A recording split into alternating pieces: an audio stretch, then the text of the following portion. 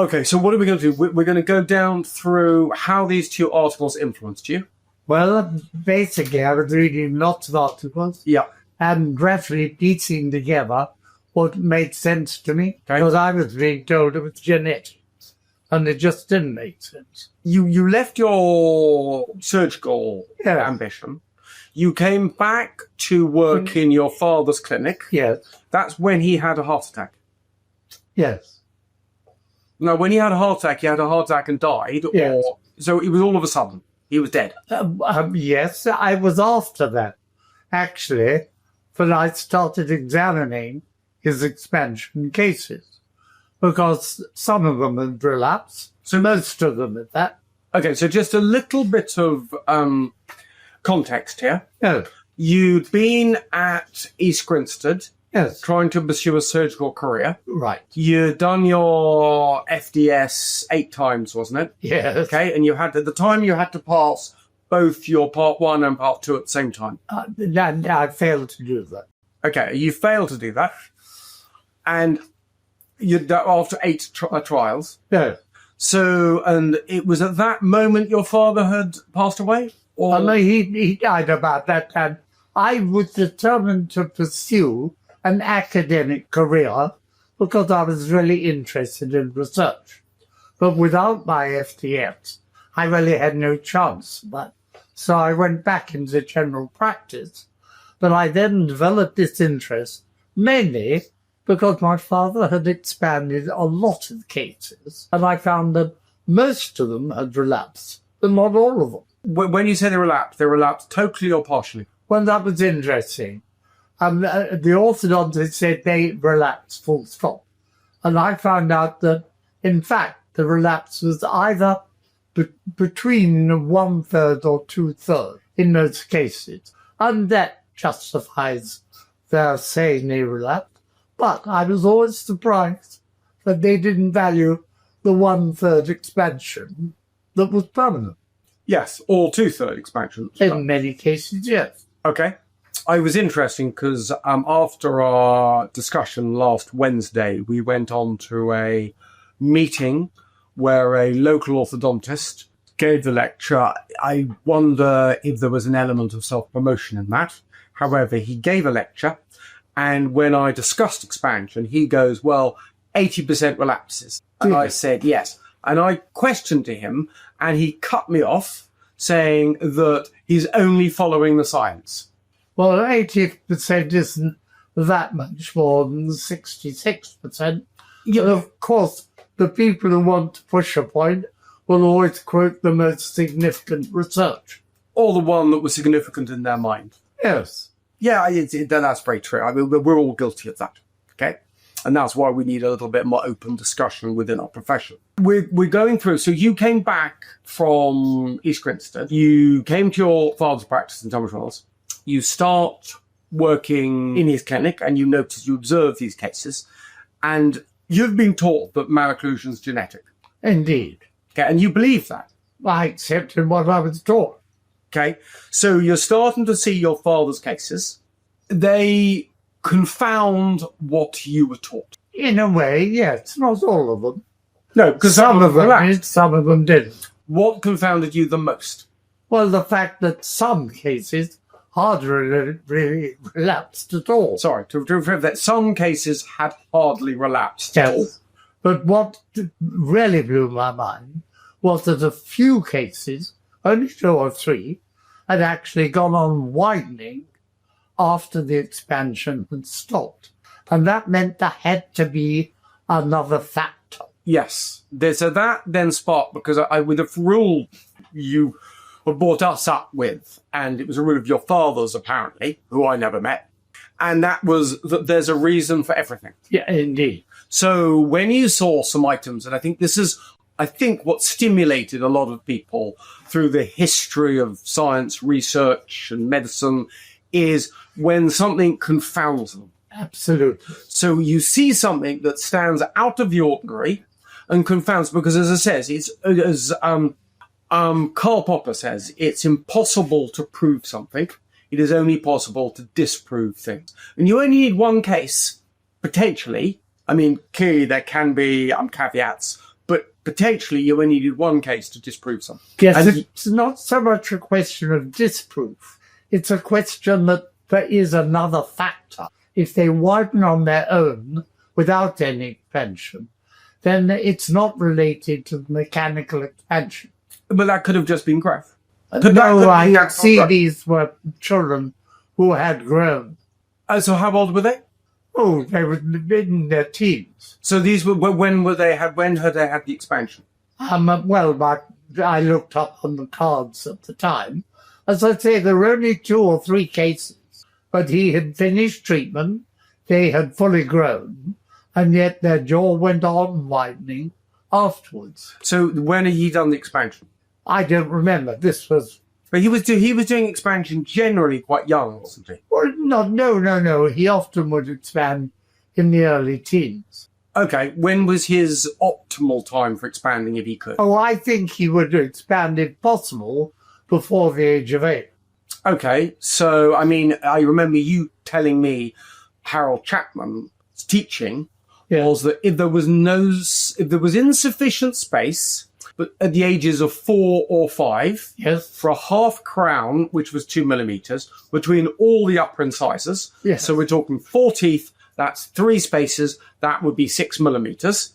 If there wasn't that 6 millimeters of space, then you should do a burst of expansion. And the idea was that this would then kick the patient in the right direction. So they would potentially never have any problems in the future. And indeed, that sometimes worked. I think because it gave room for the tongue, and for the first time, the child would have changed their posture. I saw an interesting article in, I think it was an article, it was a chapter in Gross. What's the Grossman? Grossman. Was it Grossman? What was the... Yes, Willie Grossman or Patrick. No. Sorry, I'm talking about that. What's the textbook? The 2 textbooks. Oh, there is... the textbooks, who was the American guy you went out to meet and he met you with his Ferrari? Oh, don't ask me the name.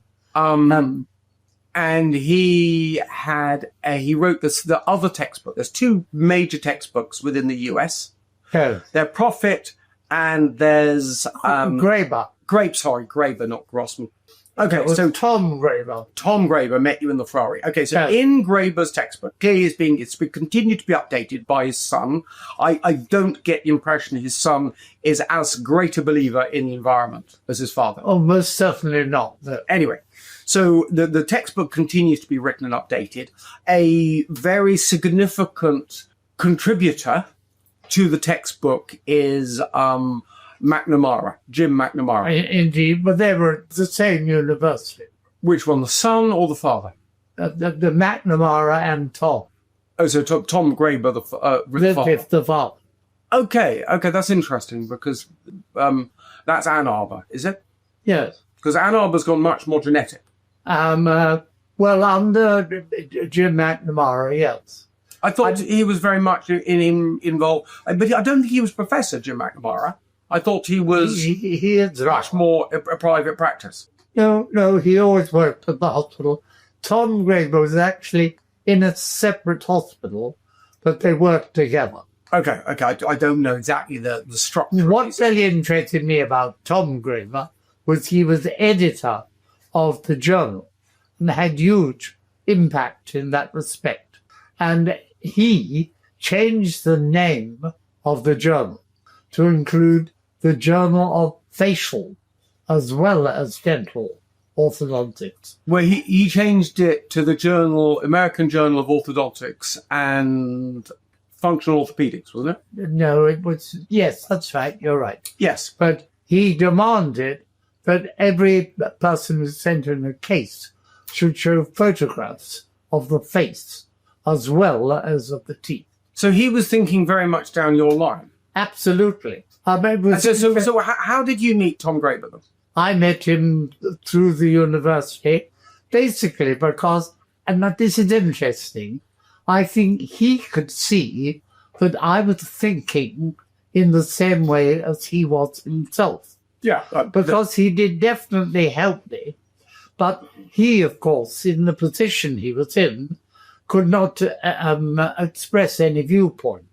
So he would allow me to publish quite a few articles and letters to support me. And when we went to meetings, he would sit beside me and we would talk and review about them. So I know you always, when you go to conferences, I've got deep respect for you, dear Dad. I mean, you've got very thick skin. You will sit right at the front of it, often completely on your own. I never forget when that guy, also involved in Jay Bowman, was also involved in Ann Arbor, just absolutely ripped you apart in Bournemouth. I mean, it was brutal. The guy who was just rude.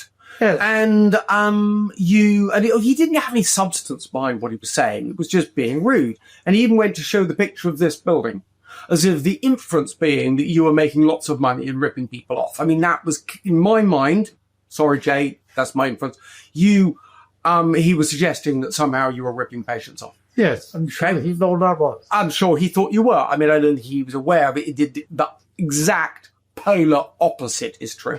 However, he ripped into you, and he is clearly very well connected within Ann Arbor. And it was, you sat right at the front of the lecture. He used to work with Johnson. Yes, Lyle Johnson. Yeah, Lyle Johnson, the author of the Moon is Made of Green Cheese letter. That is right. Yes, so Lyle Johnson, there we go. Lyle Johnson, we remember the Moon is Made of Green Cheese letter. Yes, so what was that? Remind me of that letter. Well, it was just a debate that Lyle and I had. And I said, would you like to talk about posture? And he said, we might as well discuss whether the moon is made of green cheese. Now, Lyle, I'd be fascinated if you still hold that viewpoint. Okay? Because that was a scientific discussion. This was the career of my father. Those were your views. Okay? You know, need I go further? So, but anyway, I remember vividly Jay Bowman ripping you apart, and then you going up at the end of the lecture. You were solitary figure. They had this like they had the banked area of chairs, and then they had an area of chairs on the front, and you were on your own right at the front. And I could see from Jay Bowman's body language that he knew you were there. He was playing to the audience. There was general raucous laughter when he joked about, it was a really hard thing as a son to elect. You please understand that, people, just how hard that really is as a son. Maybe it's harder for me than you. How did you... You were used to it. Anyway, and you went up at the end, you shook Jay's hand and you said, look, we must have a debate sometime. We must have a discussion. I mean, that is, the magnanimity that you have displayed all the way through this has really impressed me. I've lost my temper with people. I guess when someone's ridiculing your father, it's a much harder position. And then Jay wrote that crazy article in the local Michigan dental press. Well, you're right. Okay? So it's the thing people need to know. Yeah, things people need to know. So we're going back. You're sitting there with Tom Graeber. Do you have this thing where you sit with Tom Graeber at the front of a lecture? In several occasions, yes. Yeah, so you would sit there with him in the front. You normally go front left. Yes, it was. So I know you well. I know you quite well, actually. Anyway, so you're sitting front left of a lecture theatre in several occasions for the conference, I presume, or just individual lectures? Yes.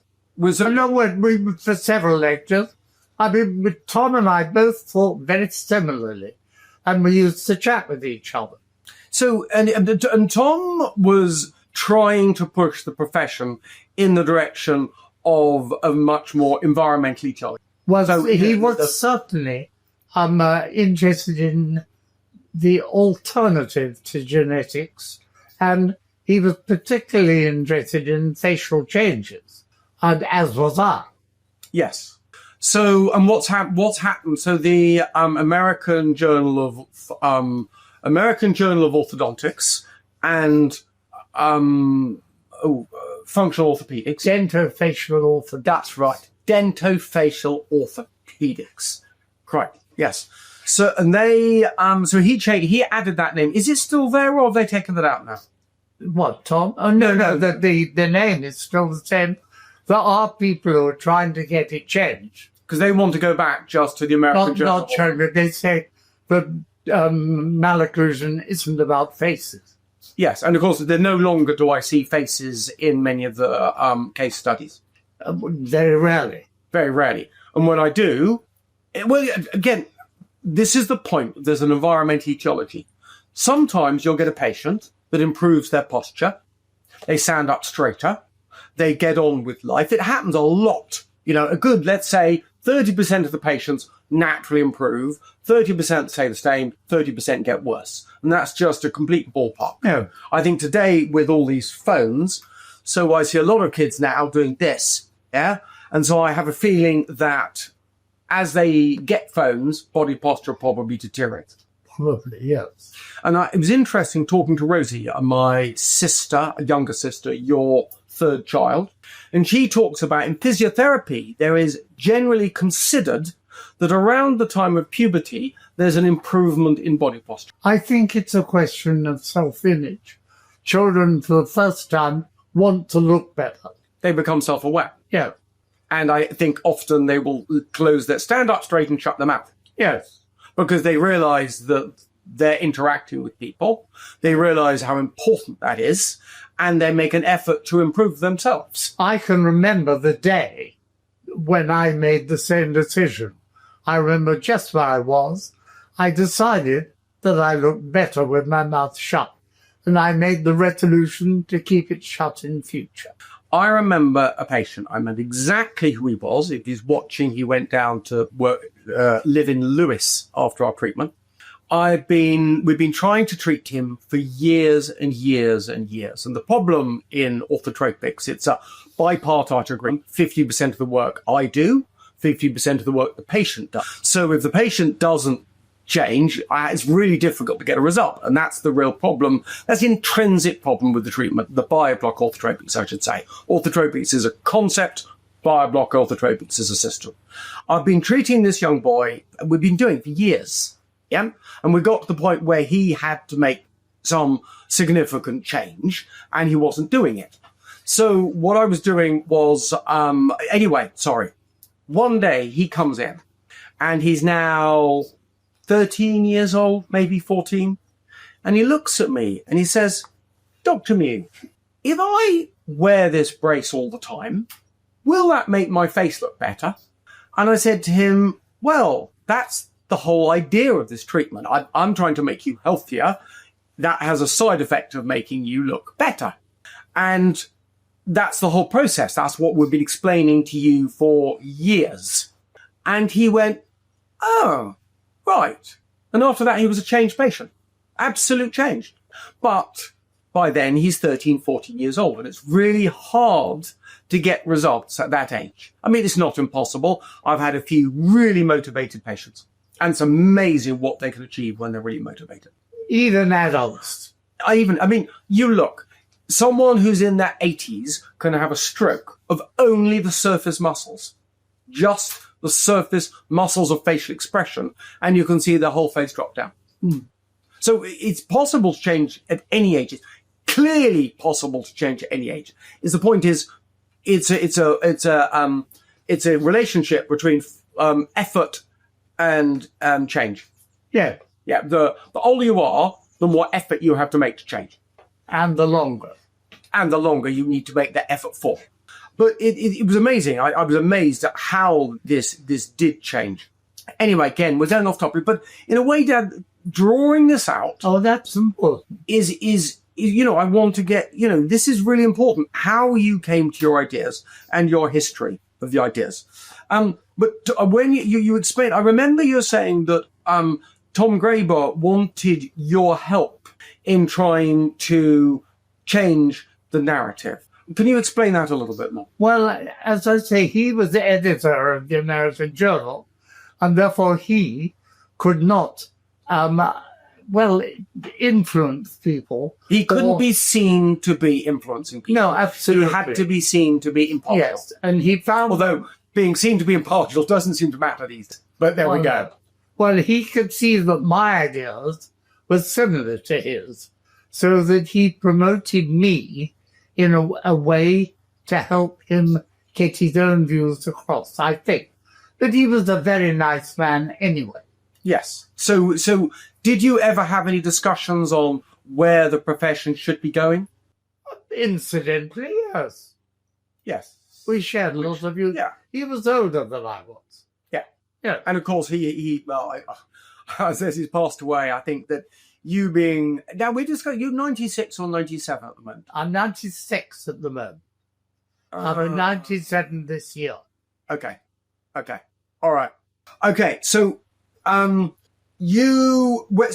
did you, so tell me what was happening in your life in 1960. So the first paper we're going to cover that influenced you was, Horowitz. Yes. Sorry, should I be more exact here? We're going to discuss two papers.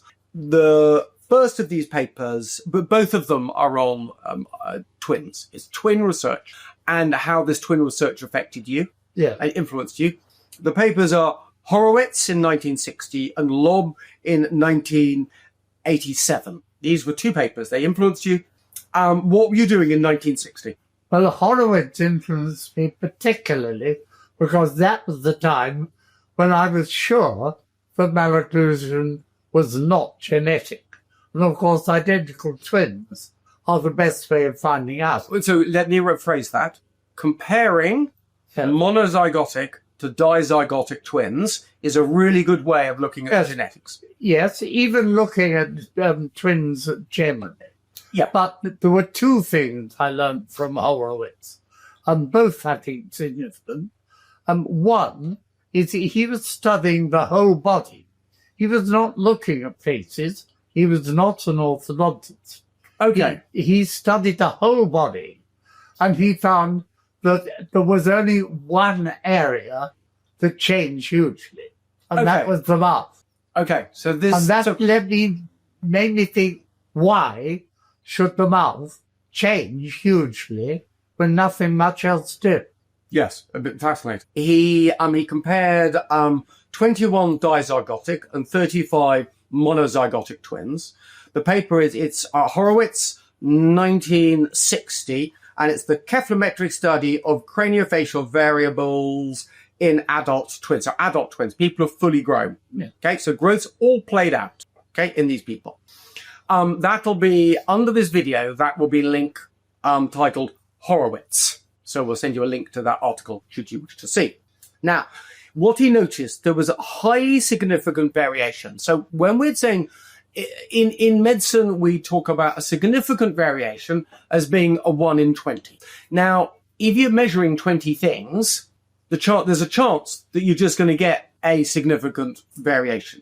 To have a highly significant variation is a 1 in 20 of a 1 in 20. So that highly significant variations, there's something going on. There's something really significant. 1 in 100. Yeah. Ooh. Highly significant. Not 1 in 20. Well... 1 in 20 is normal significance. Whoa, I should go back to the box on that one. Yeah.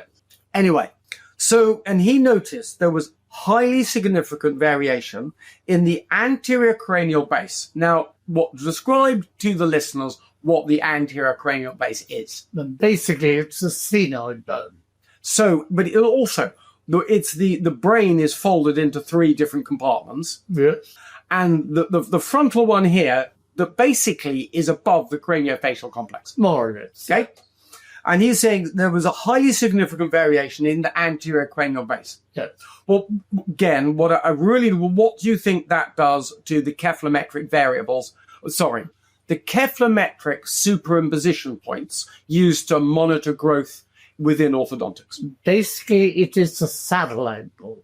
The saddle angle is the angle between the front half of the sphenoid bone and the back half. Most orthodontists treat the sphenoid as a single bone which doesn't change shape much. But in fact, the angle at the cellotusca, which is in the middle of it, changes substantially. The cellotusca is where the pituitary sits. Yes, and that is in the middle of the sphenoid bone. Yeah. And at that point, the sphenoid will bend, either close up or open up, depending on whether the face is going forward or downward. And so he has found a highly significant variation in that variation. Yes. Okay, so that means for argument's sake, that means it's happening. You Yes. don't find highly significant variations unless it is happening. Yes. Okay, there's a change going on there. And then he found a highly significant variation in the mandibular body length. How was he measuring that? I think from the condylon to the canatheum. So from basically here Yes. to where the joint, Yeah. the back of the joint, yeah, from here, okay? Yes. So he's measuring that on X-rays. In my view, that's not a very good way, because, of course, if the mandible changes shape by altering its angle, then it will appear to go longer, when in actual fact it's just changed shape. But there's a lot of discussion about the fact that that is of genetic variability. Some people think so. Okay, some people.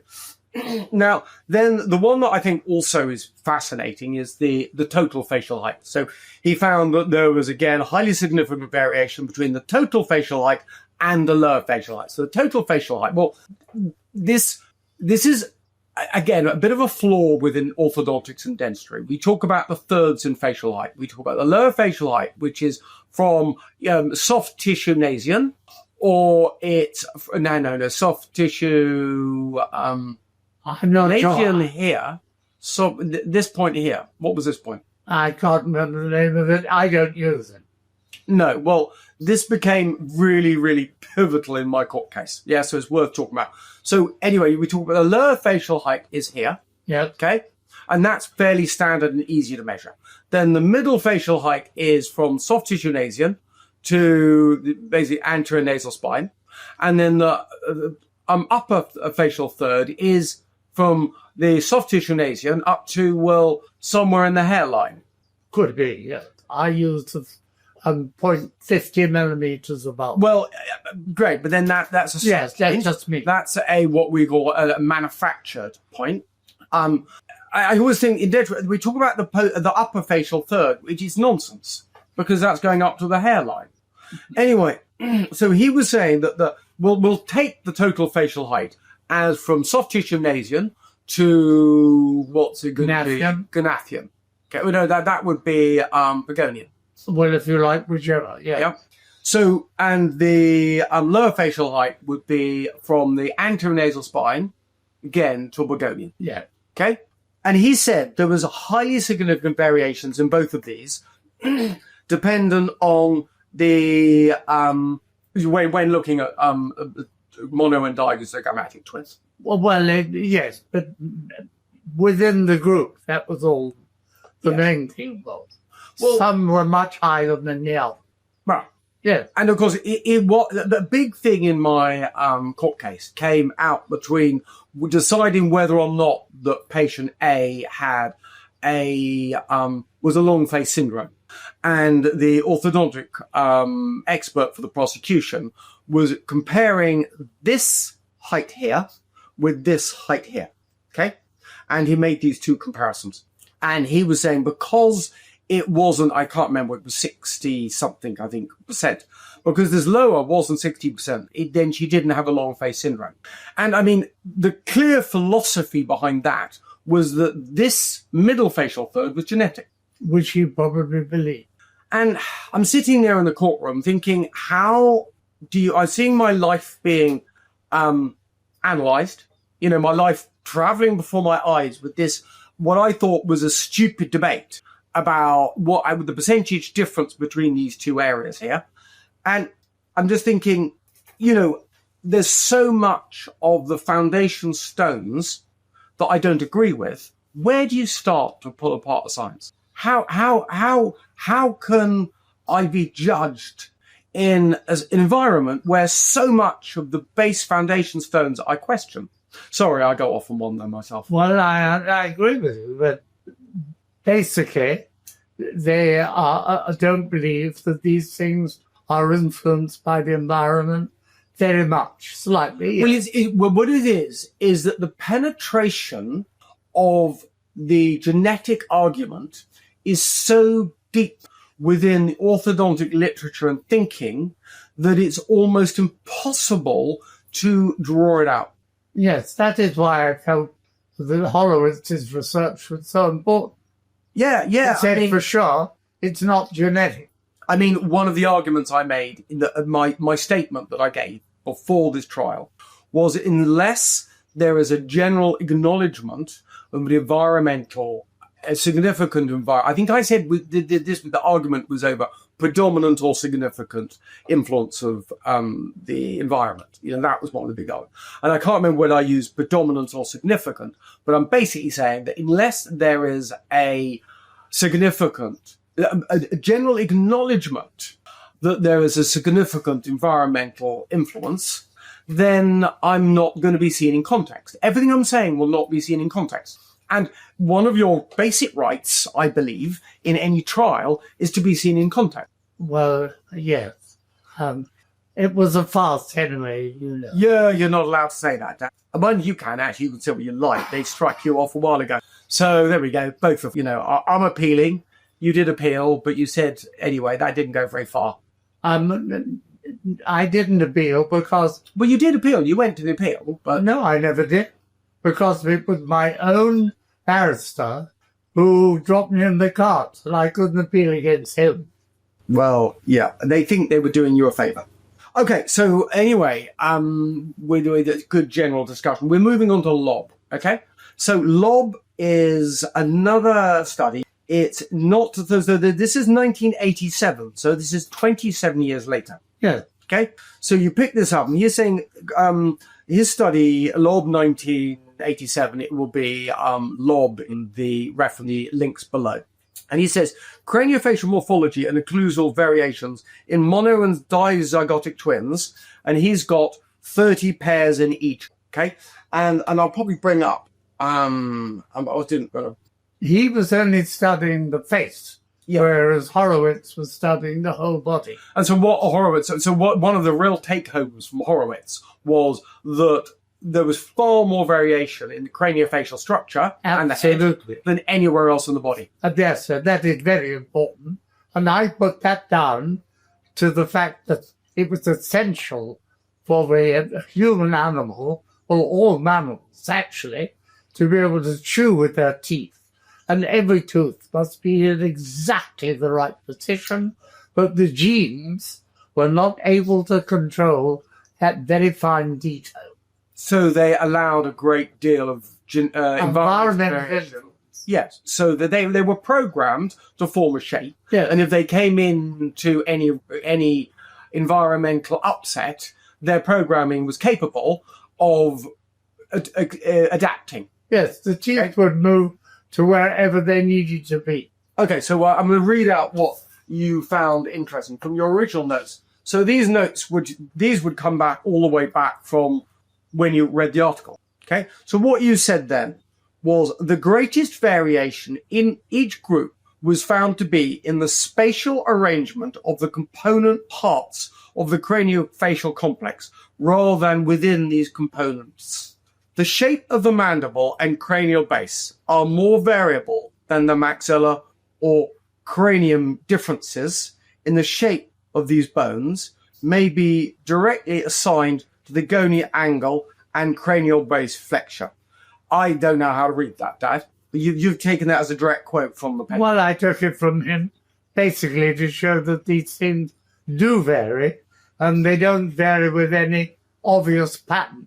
Yeah, so you said even when identical twins had identical occlusions, there was often a considerable variation in the bony components. That is very significant, I felt, and I think that was one of the reasons why I quote that research. Yes, yeah, I can see that why. I mean, I like the first quote.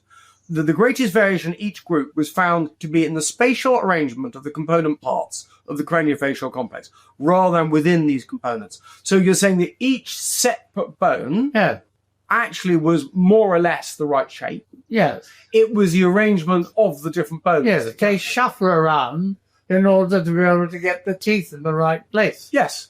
So, and that's what that's a theory that I've come up with independently. Yeah. That each bone only needs to move its... Actually, I say it in this way.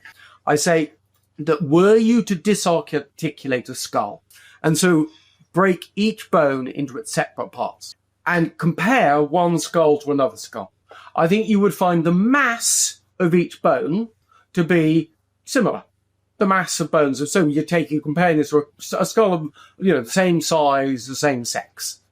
I think you'd find the mass of the mandibles to be relatively similar. You'd find the mass of the maxillas to be similar.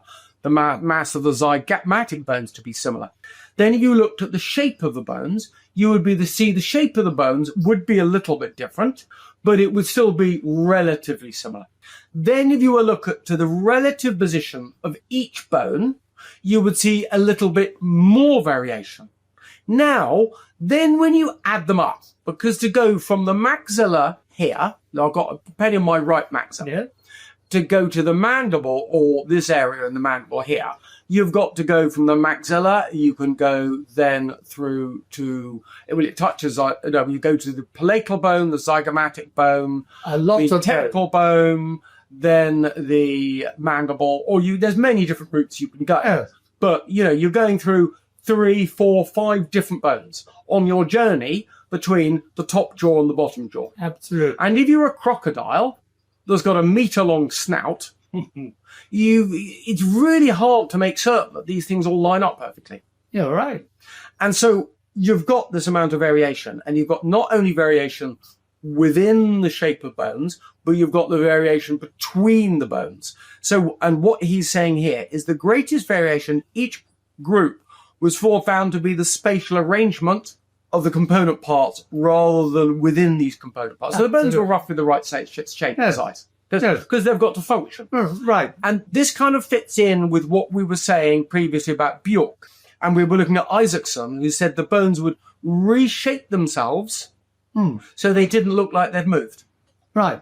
And yet, at the end of it, you'd have two twins with different shaped bones, but the teeth look the same. And so an orthodontist would look in and say, must be genetic. Maybe. But then you've only got a variation of 3 different types of malocclusion, generally, then the chance of getting a false positive on genetics is too high. I would agree with. Yeah, you've only got 3 different options. You've only got 3 different options. The chance of members of the family falling into the same pattern of malocclusion is going to be high. Well, yes. Even if it's not genetic. Even if there's only a genetic tendency. Yes. Okay, so let's continue. So these 2 articles really influenced you. They validated what you already thought. Well, I was developing the set me off to realize that it was a question of beyond genetics. Genetics couldn't achieve movements of that size. Wait. Oh, you mean because of Bjork's rotation? Well, yes. I mean, for a jaw to either go horizontally or vertically is nonsense in terms of genetics. Yes. But then Bjork was a little bit later. I mean, you're reading Horowitz before then. Well, all right. They were all working on each other in my mind to give me my picture, which created the tropic premise.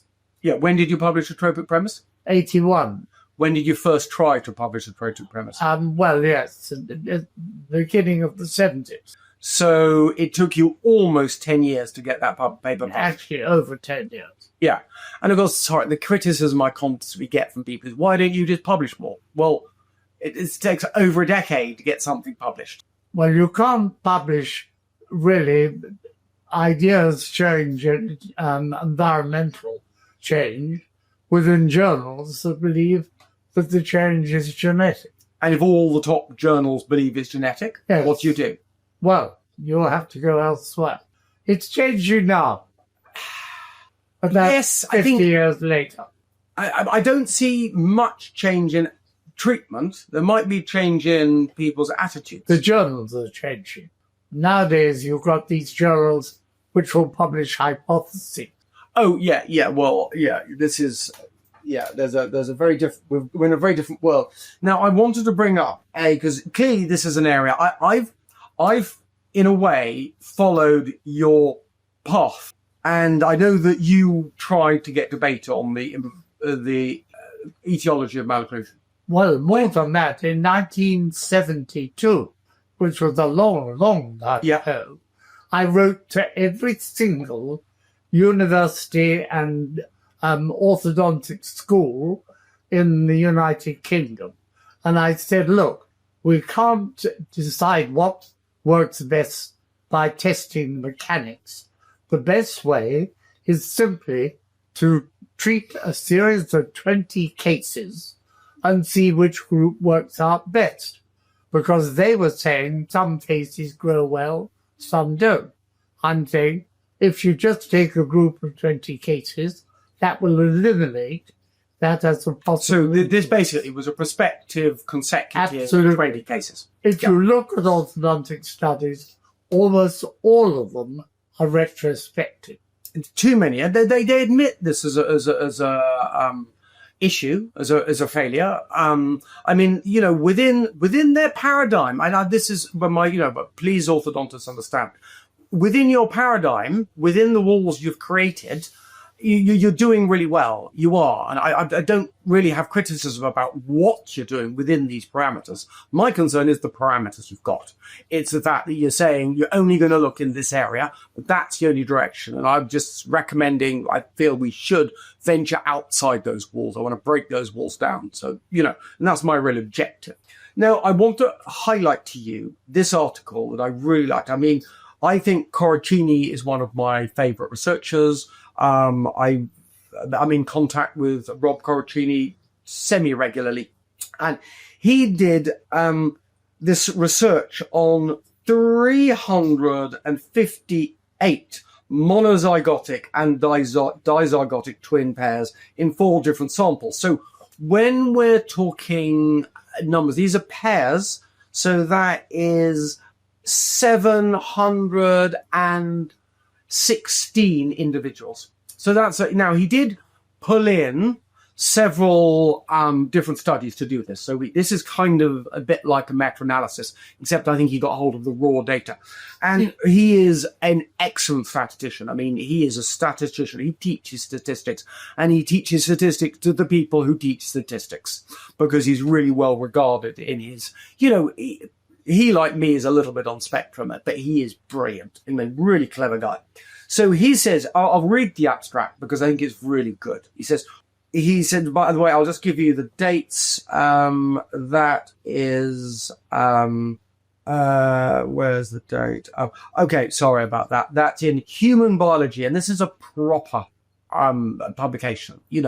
I would imagine it's got an impact factor far higher than any orthodontic journal. So it's in Human Biology, and it's 1990, and it's called Genetic and Environmental Determinants of Dental Occlusal Variation in Twins of Different Nationalities.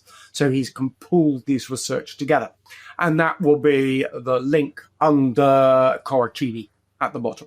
So the abstracts read, we have compared 10 occlusal traits in 358 monozygotic and dizygotic twin pairs in 4 different samples and estimated genetic variation of these features. Variable and frequently non-significant genetic variation was noted across the samples for incisal overbite and overjet, sagittal molar relationship, posterior crossbite, and rotations and displacements of anterior teeth.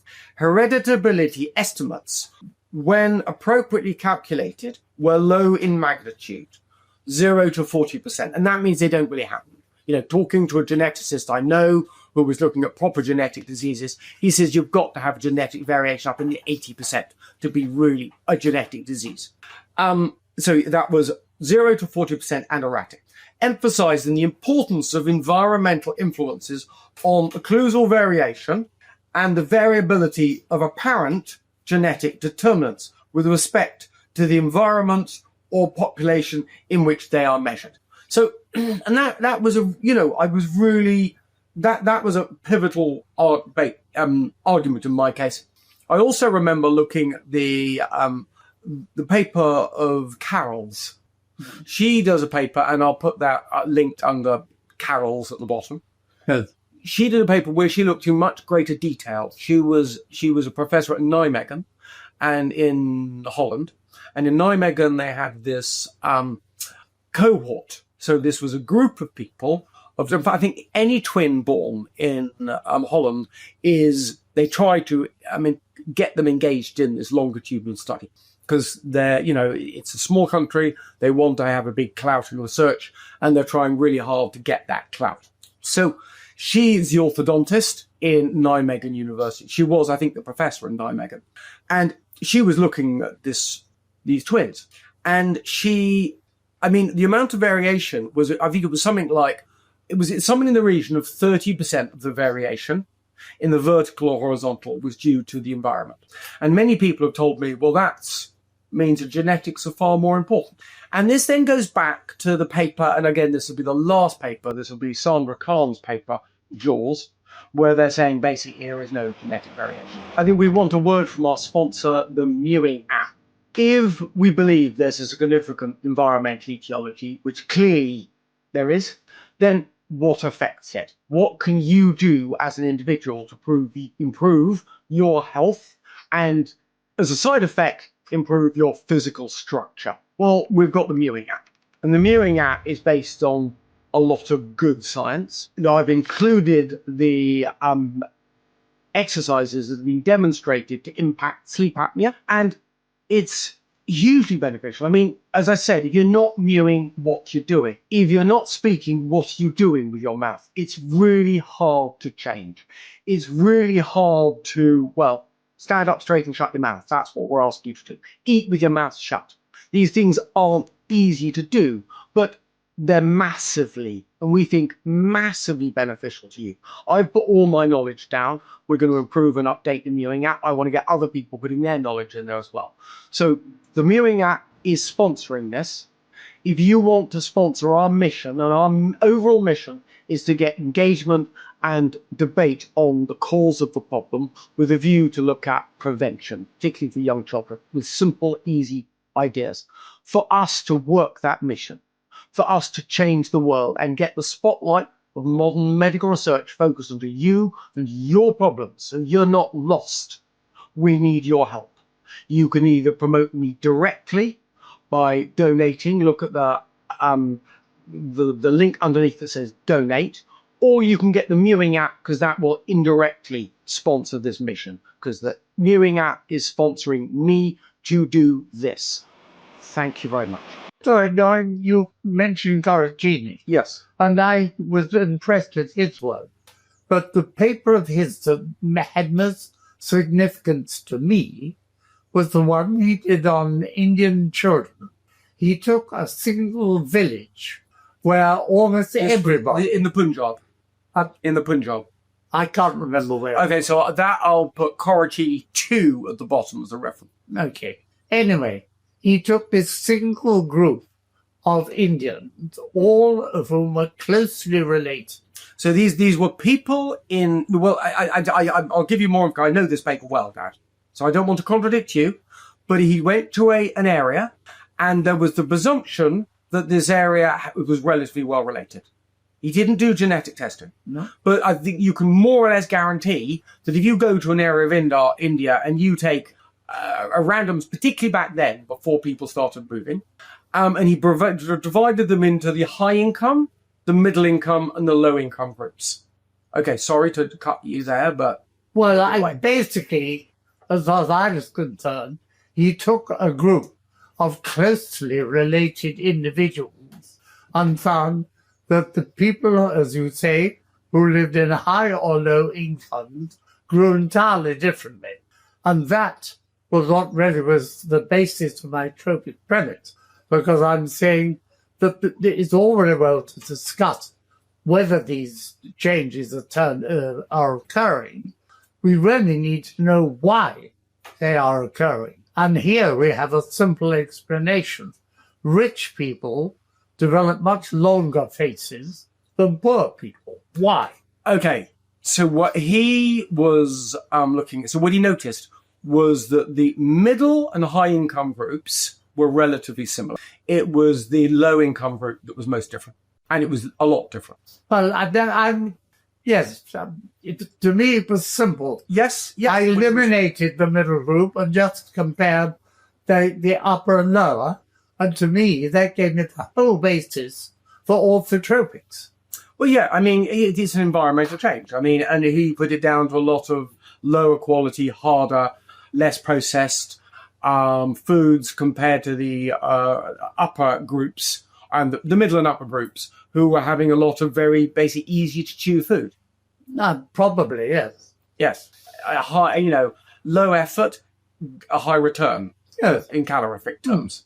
Now, one also thing that Corrucini points out, and I think it was Corrucini that pointed out, he talks about the cohabitational effect. Mm-hmm. And he talks about how that can affect twins. And this was an interesting thing I'd never really thought about. And I will try and explain it easily because it's not that easy to explain. He says that all monozygotic twins are the same sex. And there's a tendency for them to live in the same room, go to the same school, be in the same friend circle, wear the same clothes, do the same things, yada, yada, yada, all the way down the line. I mean, it's a classic thing when you see identical twins. They're wearing the same clothes, they're doing the same things. It's almost like they're twins. Almost, they are twins. When you look at dizygotic twins, well, half of them are different sexes. So they're instantly going to be leading very different lives. And he said that this massively underrates the variation between them because there's a large similarity in the environment for monozygotic twins that's often overlooked when you're trying to analyze the difference between mono and dizygotic twins. So if you think the sum of the difference of this group is genetics, then you're wrong. Because there's also this cohabitational similarity of environment effect. And unless you contribute to that, then you're going to underscore the difference between mono and dizygotic twins. Yeah, in my response to many of the points you've been making is that I've been guided by highly significant contrasts almost everywhere. Yep. I don't have much faith in significance. Yes. It's quite often not justified and always argued about. So I want to convince people. So I generally only select articles where there is a highly significant contrast somewhere. Yeah. No, I think that I based all my ideas on that. I think if you're going to have a core belief, you need to make certain that it carries weight. Yeah.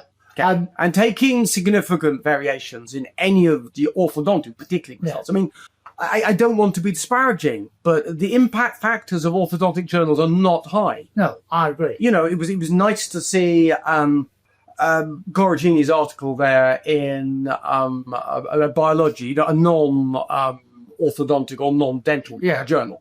But that carries so much weight, and we don't talk about impact factors within dentistry and orthodontics. And I think one of the reasons we don't is the papers don't score very highly. No, the papers that I have published, when I can, usually have highly significant conclusions. Otherwise, I don't think they're worthwhile doing. I think so. And I think that, the old phrase, publish or perish, has led to a lot of research being done that is questionable in its outcome. Well, the problem is that every student that goes to an orthodontic school has to produce a paper. They usually do that by looking at the retrospective records in their own university. And these have been ploughed through time and time before. Nearly all of them come to significant but not highly significant conclusions. So, okay, we're going to need to now sum up. So we're going to start looking at a summary of this. Well, not so much a summary of the paper. I want to put together our conversation here today and say, so how did these papers, what was the total influence of these two papers? Can you give me a little bit of a summary in your words? Between all the various authors we talked about. The talk today. Yes, I'm saying that the principal thing it taught me was that the variables are too large to be environmental, that they occur. No, hang on. Did you say they were too large to be environmental? Yes. You can't have a jaw that goes forward or downwards as an environmental factor. No, as a genetic factor. Sorry, you're right. Or as a genetic factor. I do it all the time. No. But basically, it told me it had to be environmental. But then when I explored further, it was contained purely in the jaws. It didn't alter the rest of the body. And then when I looked at that, I found that it was influenced basically by the tongue, the lips, and the cheeks, rather than anything else. And that was why I founded my tropic premise. Okay. So the tropic premise is coming after Horowitz, but before Lobb. Yes. Okay. So Lobb's just really reconfirming what you were thinking. Yeah. Yeah. And I like the fact that Horowitz was looking at the general body. Yeah. At a slightly side note here, Dad, when was it that you were pushing for debate on the etiology of malocclusion within orthodontics? Well, basically, that in 1972. But for the whole of the period from then until 1998, I was trying to get orthodontists to consider an environmental alternative. But they wouldn't. And I was then invited to present a paper by the ITV network. And I mentioned that I thought the faces grew very differently. Well, the quote, and I'll put the quote in here. You said that you think faces could be damaged. I didn't put it as firmly. I said, in my opinion, 20% of faces are slightly damaged by orthodontics, and 30%, sorry, and the further 20% are severely damaged. Yes, that's what lost you your career. Maybe I just said my opinion. And you were talking about faces. Yes. And the general form of the face. Yes. Now we can also read into that airways. Then modern people might. But what do you mean? Do you think the airways aren't being damaged? I don't think much, no. So Hannah, let me get so That's faces. another day. Okay, let's just cover quickly. So faces that grow forwards surely have a better airway than faces grow downwards. Yes. Yes? Yes. Yes, with no question about that. Yes. Yes, you agree with that? Absolutely. Okay, I can see. But I mean, curing the airway is so simple. Just put your tongue in your palate, you'll have no problem. You don't need surgery. Well, Dad, you make it sound so simple. Well, it is simple. If someone did that all the time, there's a chance that would happen over a period of time. No, it would happen from the day it started. No, because if they lack space, placing the tongue in the roof of the mouth can... I don't agree. Okay. That's your opinion, not mine. Okay. All right. But I just want to drill down a little bit on where do you actually try to precipitate debate on the etiology of malocclusion? Yeah. I remember chatting with, I'm trying to remember the name of the orthodontist. He was quite high up within the world of orthodontics. Yes. And he took on a nurse that had worked for me. So he phoned me up for the reference. And it was at the time I was pushing for debate on etiology. And he said to me, "Oh, your father tried to do that." And so that clearly you were pushing for debate on etiology. When was that? Well, I said from 1972. So from 1970. So what did you do? You said you wrote to all the universities asking for them to do this 20 prospective consecutive cases showing faces. Yes. Okay, correct. And you've held that, everyone who's saying we're not doing research, sorry, we've been pushing for research all this time. So let's go back, Dad, to the, just on the etiology. What you did on the etiology? What did you try and... Well, I wrote to, I got Professor Foster, can't remember which university, Birmingham, I think, to agree to monitor the whole study. Yeah. He said, yes, he thought it was a good idea. But no, hang on, this was a study on consecutive cases. 20 cases. No, sorry, I don't want to hear about the 20 cases. Okay, I want to hear about your effort to stimulate a debate on the etiology. I've just at intervals. I've done it ever since then until 98. Okay, so intervals constantly up to 98. But that it was the 72 one which was turned down and that would have solved the whole answer right there and then. Yeah, and I still think that if we did that today, that would be a really good thing to do. Everyone who treats patients simply throws their next 20 cases into the hat. You've got to get some type of agreement with the patient. Well, you've got to get them to agree to share that face. Yeah, but these are only going to be shown to the researchers. They're not going to be put online. No, all right. No, so you just get the researchers access to these people. And also we've got to have some way of following up cases that fail. Because one of my big problems with an orthodontic research is when you get aberrant facial growth, they're excluded from research. You're right. And why do they get aberrant facial growth? This is our problem. Well, this is a real hot topic. I'm thinking the 20 cases which are studied prospectively, and if the case is not included in the end, you put it down as a failure. Yes. Yeah. That would have solved the whole answer. Yeah. Well, you just follow all the 50 years ago. I know you. Sorry, I'm going on in my mind on things. It would have solved it all. It would be really simple. It's a no-brainer. We should do that now. We're treating these cases anyway. Yes. All you need is duplicate records. Yes. Just take duplicate records, put them in, and then follow these individuals long-term. Have an independent body who has their records so can contact them directly, so that independent body of researchers can follow up the cases that fail as well as the cases that do well. And that's the ultimate bit of research. And it's so simple, so easy to do. And for anyone who complains aren't interested in research, do that. All research offers you've had are just looking at teeth. And they want to do it retrospectively. Yeah. They talk about favourable growth and non-favourable growth, and how that would ruin any research. Why? Because it's a genetic. And quite so. And of course, I need to put a comment in here, it's escaped me, about the use of KEFs. I mean, they all want to do cephalometric x-rays. And I think KEFs has actually, because I think KEFs aren't really giving you what you think they're giving you, I think they've almost... what have we done in orthodontics? We've proved that you can't affect facial growth. That's what the X-rays say. That's what the X-rays say. Either you can't affect facial growth, or there's a problem with cephalometric X-rays and analysis and stable points. Have we considered that? I mean, that needs to go into open debate, and we need to have discussion about that, whether or not KEFs are misleading us and has been a great issue. What do we call that? Burden issue? Would we misleading? What are we going to? No, made it a main issue. Yes.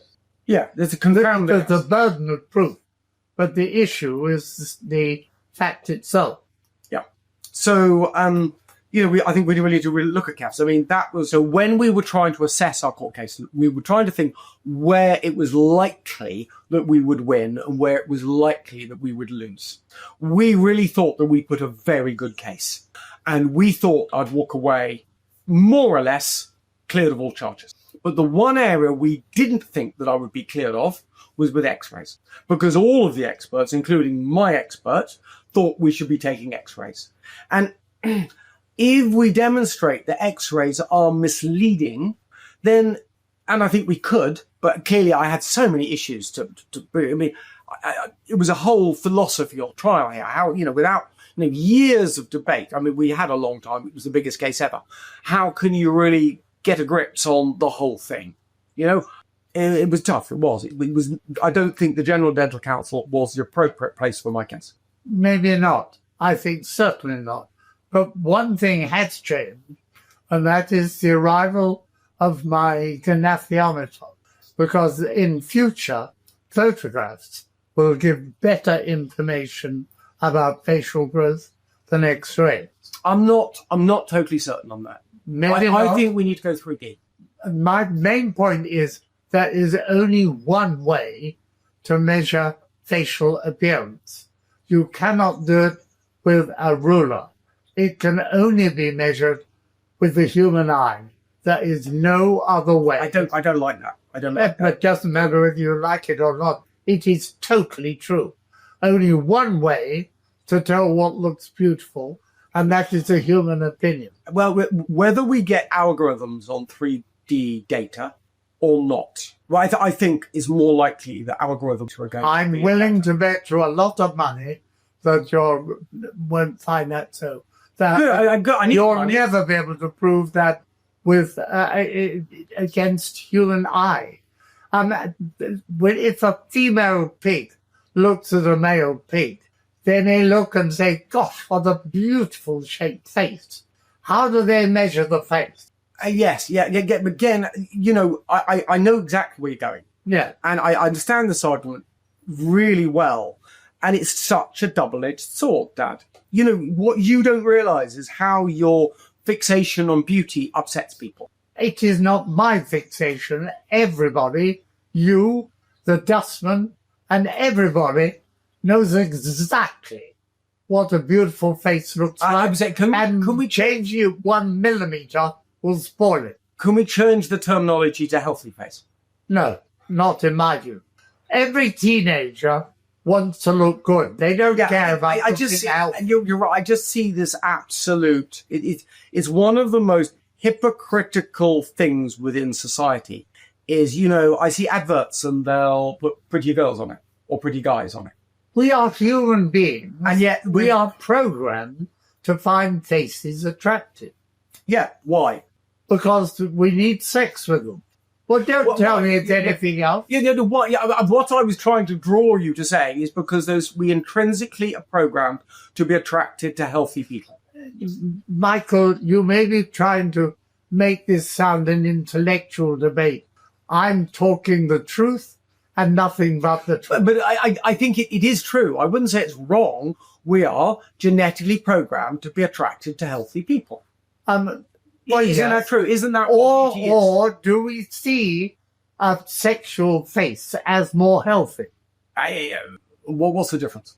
The humans only like each other, or the sexy do, in order to have sex for absolutely no other reason. To reproduce, should we say? Yes. Yes? That's how animals work. We are animals.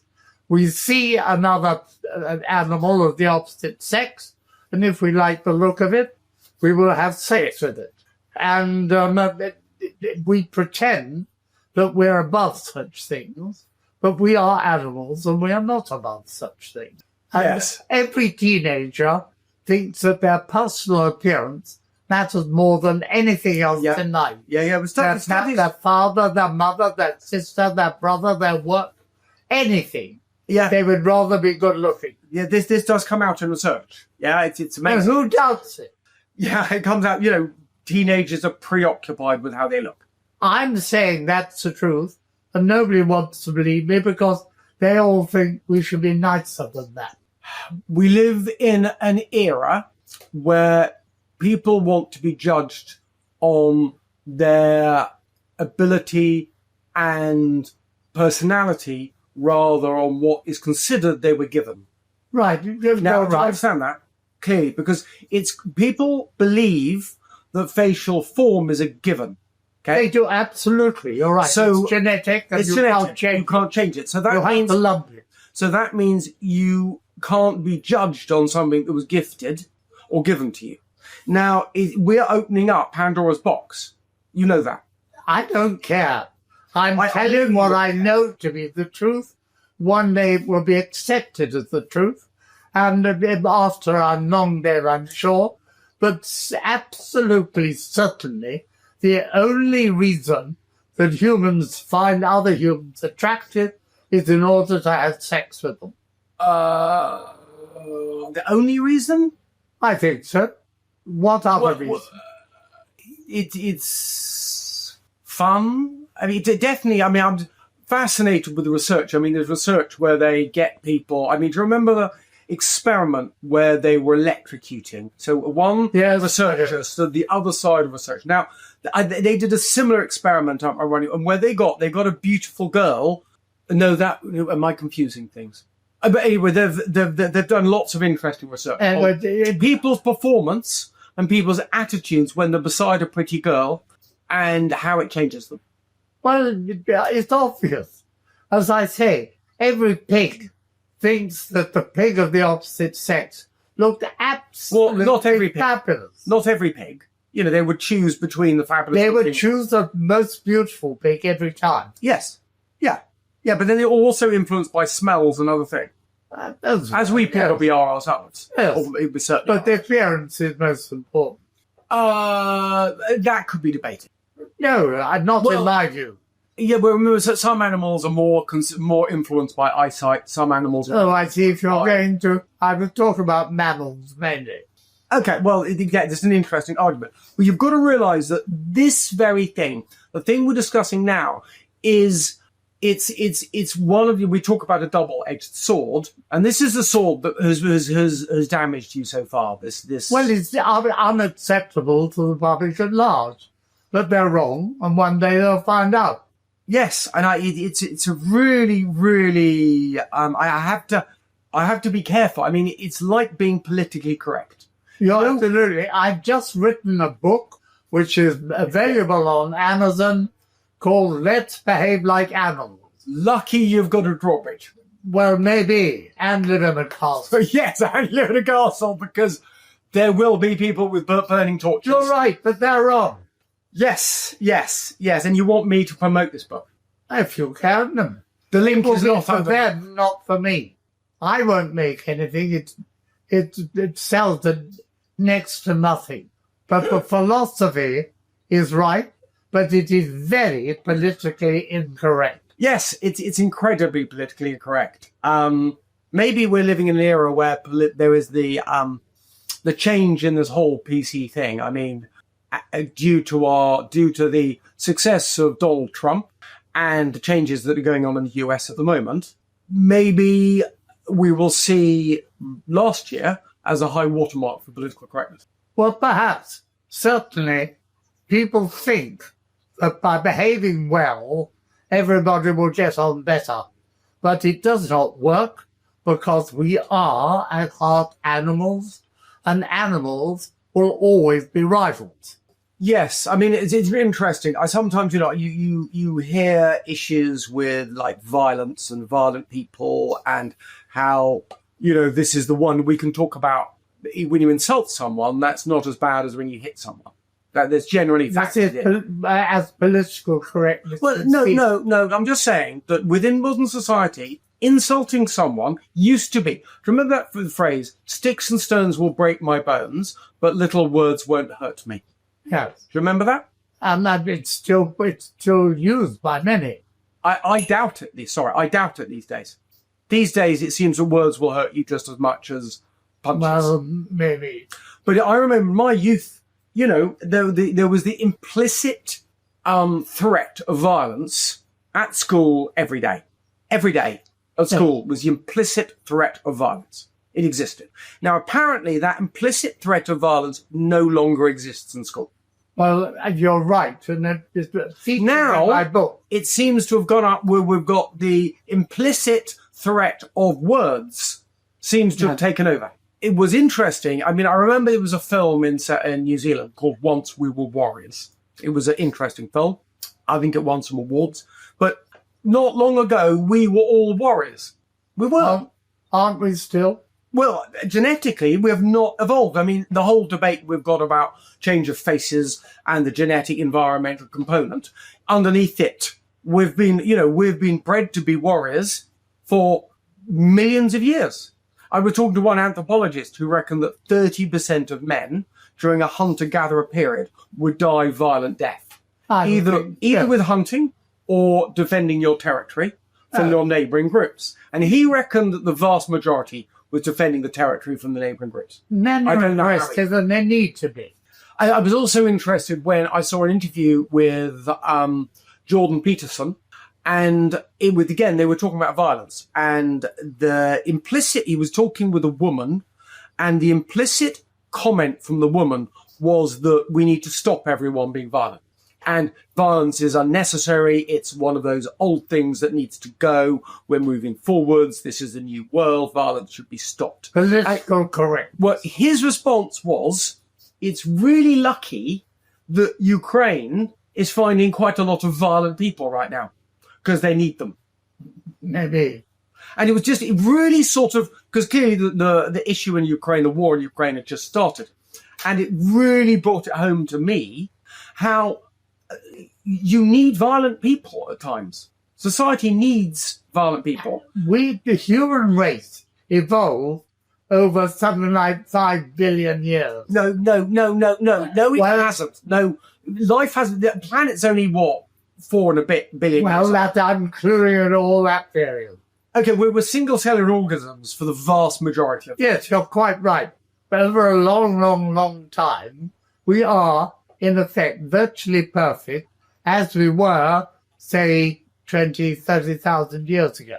Yeah. Since then, we have become civilized, and most of the subsequent changes have been downward. The quality of life has gone up, but the value of life has gone down. What do you mean the value of life? The actual way in which people get on, our social interrelationships. I mean, we evolved for the hunter-gatherer system. But the political correctness is artificial and is founded by people who don't see the whole picture. They want everybody to be nice. But the one thing as we're bringing society together, we get more and more people together. We've got to have a system in which we all get on. Right, there's got to be a change, I agree. I could contribute a lot to this. I've written a whole book on it. Okay. You do better to read the book. I think we'll finish there. Okay, Dad, thank you very much. This was most entertaining. Oh, there we are.